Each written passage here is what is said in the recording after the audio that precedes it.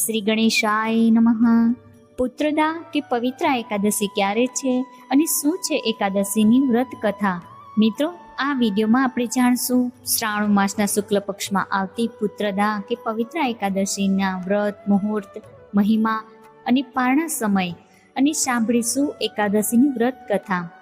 શ્રાવણ માસના શુક્લ પક્ષની એકાદશીને પુત્રદા કે પવિત્ર એકાદશી કહેવામાં આવે છે, જેનું વ્રત સંતાન પ્રાપ્તિ, સંતાનના દીર્ઘાયુષ્ય માટે અને પરિવારમાં સુખ શાંતિ માટે કરવામાં આવે છે. એકાદશીનું વ્રત ભગવાન શ્રી હરિનારાયણને સમર્પિત છે. પરંતુ આ શ્રાવણ માસમાં ભગવાન શ્રી હરિ અને હરાની પૂજા અર્ચના કરવાનું વિશેષ યોગ બની જાય છે. વર્ષમાં 2 વાર પુત્રદા એકાદશી આવે છે, જે પોષ માસના શુક્લ પક્ષમાં આવે છે અને બીજી એ શ્રાવણ માસના શુક્લ પક્ષમાં આવે છે. તો હવે આપણે જાણી લેશું કે શ્રાવણ માસના શુક્લ પક્ષની પુત્રદા કે પવિત્ર એકાદશીનો પ્રારંભ એ 23 ઓગસ્ટ રવિવારે વહેલી સવારે 2 વાગે થશે, જ્યારે તેની સમાપ્તિ 24 ઓગસ્ટ સોમવારે સવારે 4:18 થશે. પવિત્ર એકાદશીનું વ્રત 23 ઓગસ્ટ રખાશે, જેના પારણાનો સમય 24 ઓગસ્ટ બપોરે 1:41 થી લઈને 4:16 સુધીમાં કરી શકાશે. પુત્રદા એકાદશીને પવિત્ર એકાદશી પણ કહેવાય છે, જે પુષ્ટિ માર્ગમાં એક મોટો ઉત્સવ છે. કારણ કે ઠાકોરજીને આ દિવસે સૂતરના 360 દોરામાં 108 ગાંઠો વાળીને પવિત્ર ધરવામાં આવે છે અને ઠાકોરજીને વિશેષ પ્રિય એવા મિશ્રીના ભોગ ધરાય છે.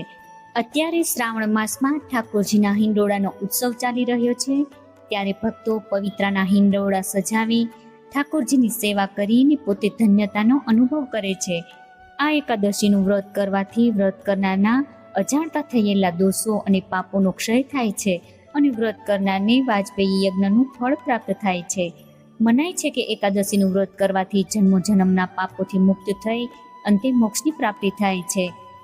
પુત્રદા કે પવિત્ર એકાદશીના દિવસે વ્રત કરનારે સવારે વહેલા ઉઠી ઘરમાં, મંદિરમાં ઠાકોરજી કે ભગવાન શ્રી વિષ્ણુના કોઈ પણ સ્વરૂપ સમક્ષ એકાદશી વ્રત કરવાનો શુભ સંકલ્પ કરવો અને ત્યારબાદ ભગવાન શ્રી વિષ્ણુ કે તેના કોઈ પણ સ્વરૂપની પૂજા કરવી, ધૂપ દીપ પ્રગટાવવા, પીળા પુષ્પો, તુલસી પત્ર અને નૈવેદ્ય અર્પણ કરવું અને ત્યારબાદ આરતી કરવી અને દિવસ દરમિયાન શ્રી વિષ્ણુ સહસ્ત્રનામ, નારાયણ કવચ કે ભગવાન શ્રી વિષ્ણુના મંત્રોના જાપ કરવા.